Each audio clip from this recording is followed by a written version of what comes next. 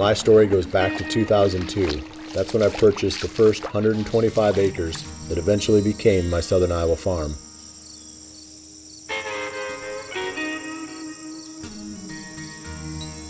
Life was good for nearly a decade as me and my friends shot giant bucks nearly every season.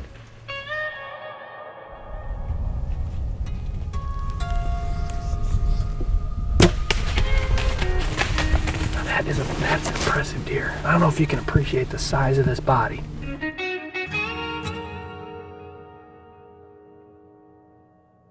The action peaked in 2011 when I shot 2 great bucks and missed an even bigger one, and our son shot an equally impressive deer. I don't even know how to react to that.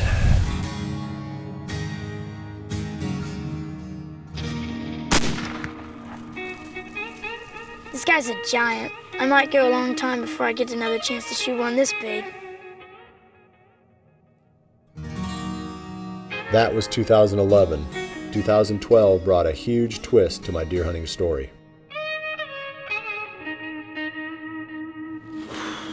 Well, here's Bubba. EHD claims another monster. Though I was lucky enough to kill a giant that year, a sucker punch from EHD took the wind out of me and has left the farm in a state of recovery ever since. I spent the 2013 season cleaning up a few of the EHD survivors, but there weren't many of them, and it didn't take long before they were gone. The fallout from EHD killing 2/3 of my deer herd really hit in 2014. To put that season in perspective, I made 75 trips either to the blind or to the tree stand without ever once drawing my bow. There is no sure thing in this game. So this is my story.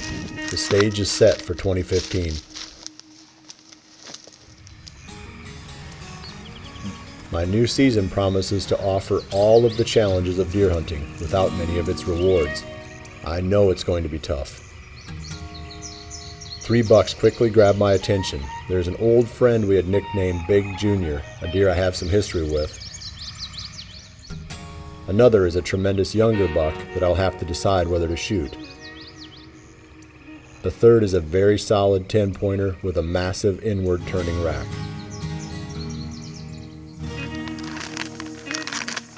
At the same time that I am building and planting food plots with the hope of a fall harvest, Aaron Warbriton is starting to scout several tracts of vast, hard-to-reach public land on which he is staking his season.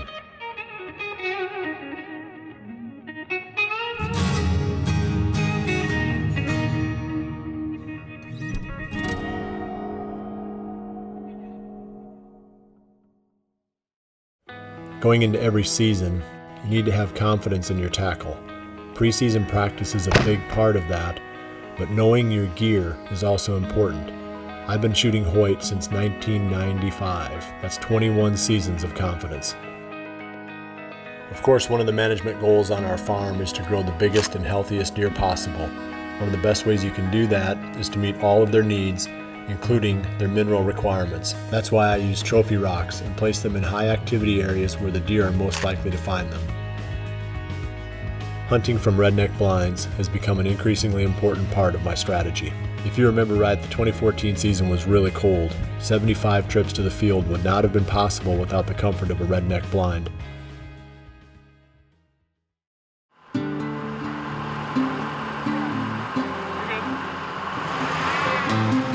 Well, it's late July. We're headed out on the lake right now. We've got some new public spots that we're gonna go check out that we can only access by boat or canoe. So John's bringing the boat in here. We're gonna hop in, go see if we can find some killing spots for the rut.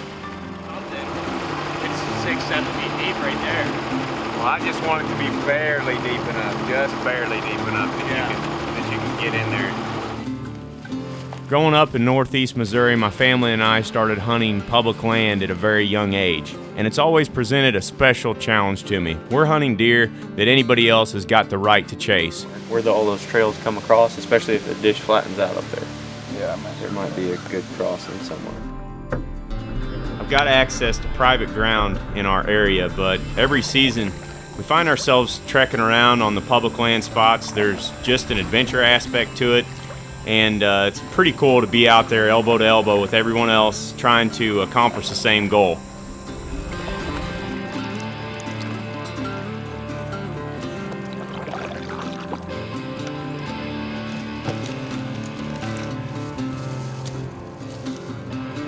Here, book him over there.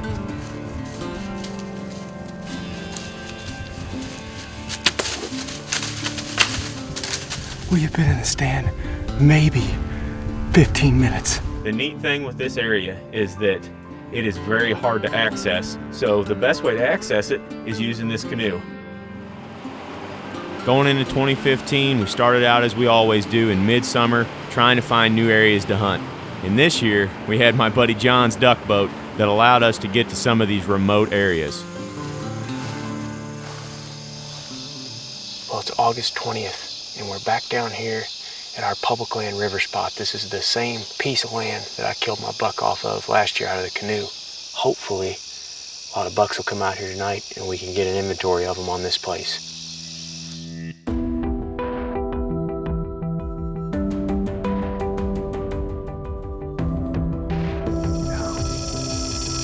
Oh my God, it's a giant. It's a giant. On my first night out filming velvet, I'm shocked when this giant 10-pointer steps out. It's exciting to know that a big one is in this area, but the most challenging part is coming up with a game plan to hunt this deer in a block of big timber that will no doubt be pressured by other hunters come November. The search doesn't end here though. I spend the rest of the summer learning the landscape where this big buck is living, but also cast a wide net of trail cameras in other public land spots, hoping to catch a few more mature bucks to target this fall.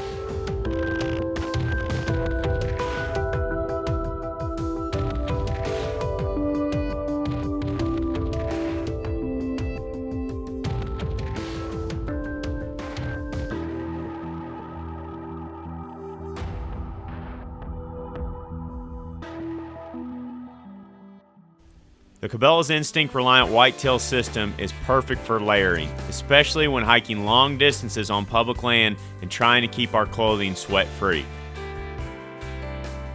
A great place to set up your muddy cameras during the summer is over old licking branches and scrapes. Deer will use these licking branches during all times of the season and help you gain an inventory of the bucks before fall arrives. During the midsummer, we use these muddy climbing sticks all the time when we're out scouting. They're lightweight, easy to pack. We just bring a group of 4 of them in here, scale up the tree.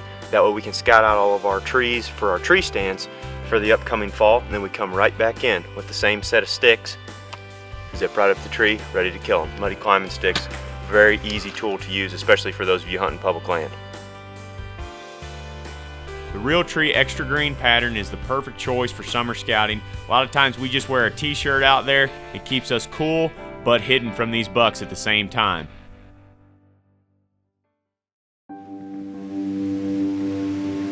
Reflecting back on prior encounters, Eastern Iowa bow hunter Jared Mills resumes a quest of his own.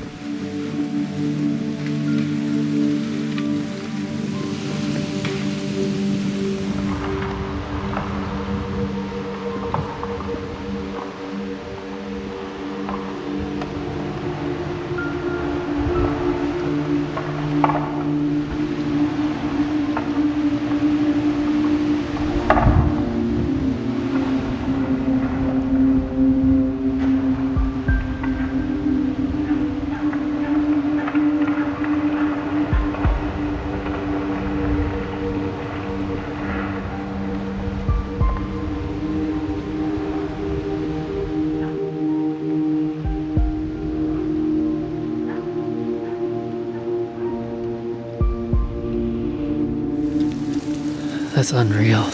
That's the buck that I've been after. He was, when I first saw him, it looked like he was pinned down, and I thought they were locked up, but they eventually got untangled and they fell down the creek, but it was right in front of, I mean, crazy. I didn't expect to even see that deer on this part of the farm, let alone see him like that. Just unreal.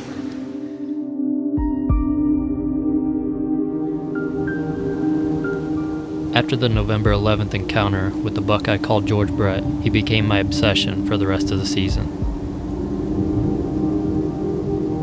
He was definitely a daylight mover. I played cat and mouse with him, patterning him with trail cameras and moving in on hang and hunt missions. Though I saw him 6 different times, he always managed to stay out of bow range.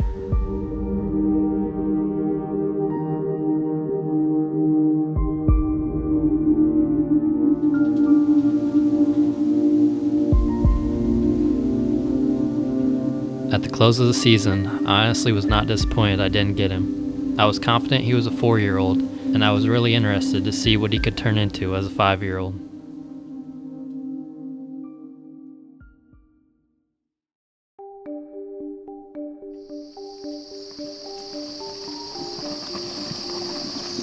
Well, it's August 30th. Checking cameras, making a few mock scrapes, but the main priority is to come out here and get some plot boost sprayed on a couple of these secluded food plots. I came and playing some big and beastie probably 2 weeks ago now, and this spot that I'm standing in particular is the one I'm most excited about. Held a lot of good deer last year, a lot of bucks just using this area, and one in particular, George Brett, this was kind of his core spot. So the scrape that's right behind me is a spot that's I got the most pictures of George Brett last year. Just sets up nice. You know, you got creek access over here, just a long narrow food plot, secluded back in these pines. So things are getting close, scrapes are opening up. I'm excited to get things going. As summer progresses, I'm doing everything I can on the farm to make it more huntable, especially in the areas where I encountered George Brett the previous year. By the end of summer, I don't have any trail cam pictures of the buck, but he is showing up on a neighbor's camera, and he turned into a giant. He's now a mainframe 10 with lots of character.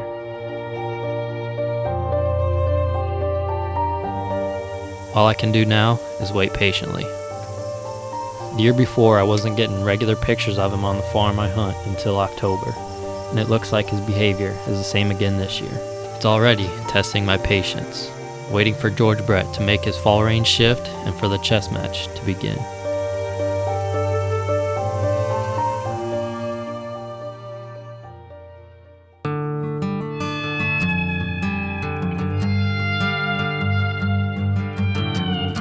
Jared's good friend Mike Reed shares in the same quest, but also has a story of his own to tell. Hey guys, I'm out here at the new farm. Just completed the purchase of this farm. It's the first farm that I own. I'm really excited to be out here and taking this challenge underway of learning a new property and figuring out what's out here. So, first camera on the new farm. Can't wait to see what shows up. It's going to be very exciting with this first card pull.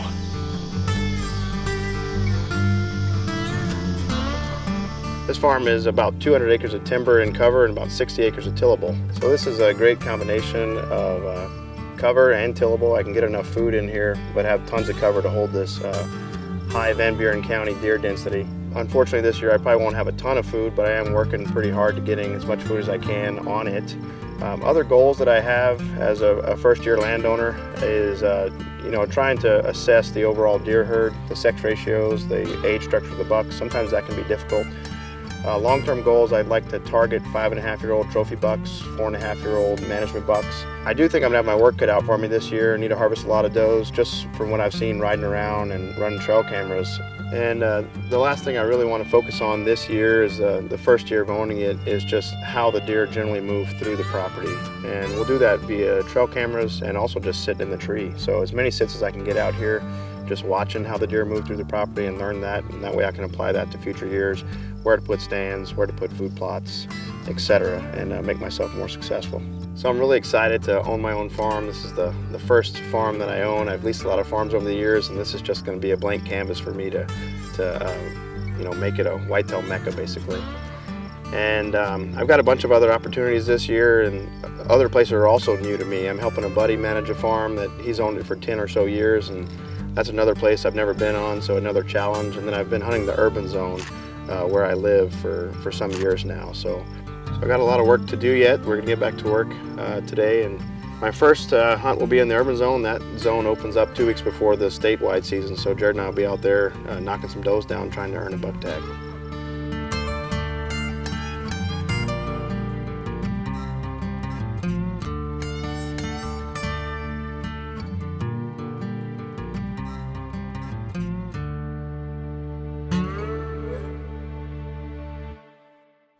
There's no traditional agriculture on the farm where Jared is hunting this fall, so to concentrate the movement of the local deer, he's planted a number of these small, frigid forage, big and beastie kill plots.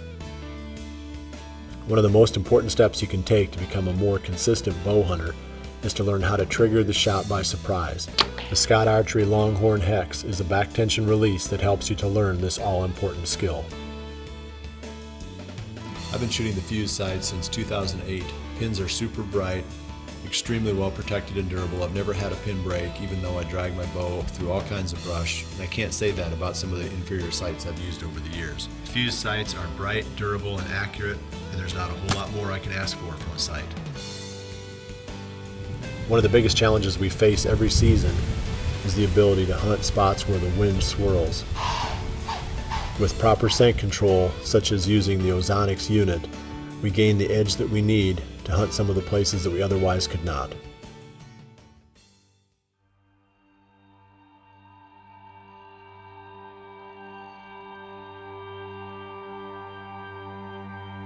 "2015 also marks the start of Eric and John's year-long journey to find and develop 2 new properties, no matter how small.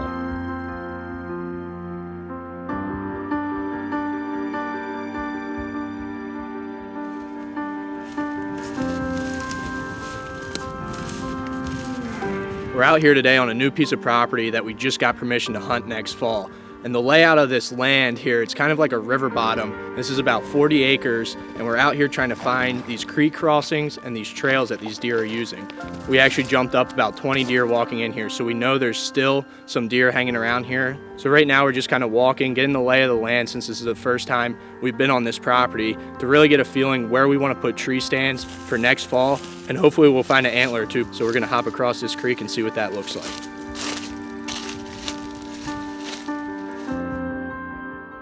After scouting the 40-acre property for the first time, we were excited about the potential that it shows. Thick bedding cover, pinch points, and numerous large rubs and scrapes, not to mention the big 5-point shed we found on our first pass.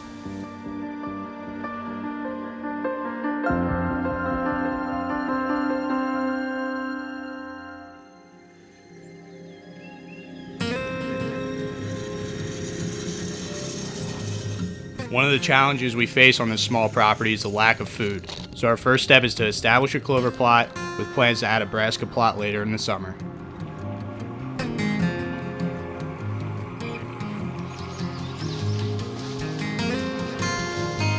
It's May 27th and Eric and I are back out this property that we've been doing some work on this year. It's a little 40-acre chunk. We got the turkey hunt this spring. I was able to harvest a turkey here the opening day. Previous to turkey hunting, we were able to put in some pure trophy clover. Unfortunately, right now it's gotten overtaken by grass.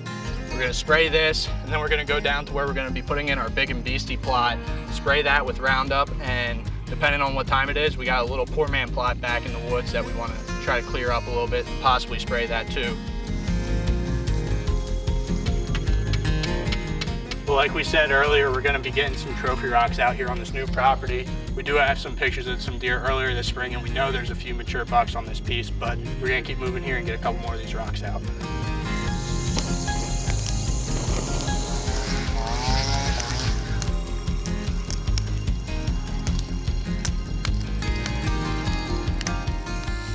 By mid-August, we have a lush, frigid forage, big and beastie plot established as a destination food source with the redneck blind in place. As we check trail cameras, we are excited to see how many solid bucks are showing up on the property. 2 bucks in particular are regulars at the trophy rocks. A big 10-point with brow tines that splay out, and his buddy, a solid 9-pointer.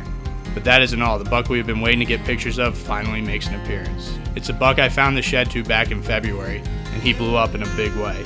Not only his frame is bigger, but he also added a bunch of character points. Now, we are coming up with a game plan to hunt these bucks this fall.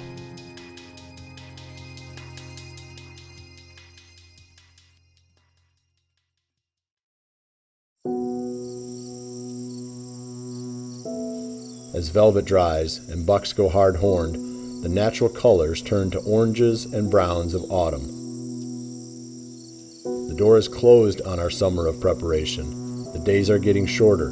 The buck's testosterone is starting to rise. Now starts a new chapter in our stories as we begin chasing November.